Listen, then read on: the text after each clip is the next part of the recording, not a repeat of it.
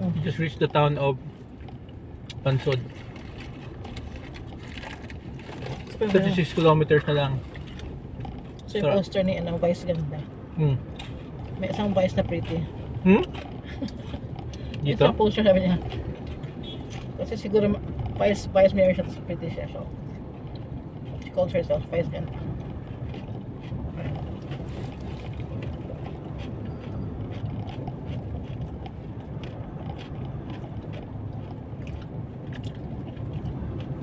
So hopefully this is the last town na siguro. Second to the last town before reaching. This is Bansod. So we left Calapan past 11 na kanina. 45 minutes away. 30 kilometers left.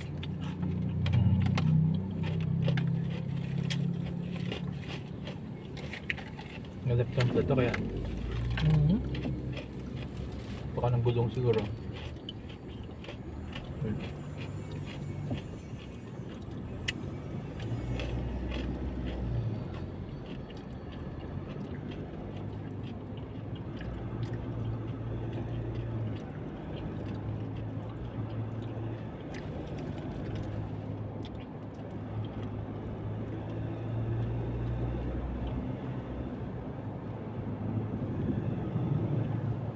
Marami daw mukha itong mga politiko na to ba? Ako sa Vice ganda. Naliwala sa kanya poster. Dito? May isa? She calls herself Vice ganda. Nabang ang poster niya.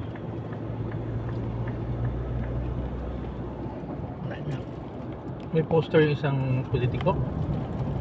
Yung poster niya accomplishments ni Vice ganda. May isang politiko na nag-pretend na siya si Vice ganda. Hindi kasi siguro vice governor siya o vice mayor.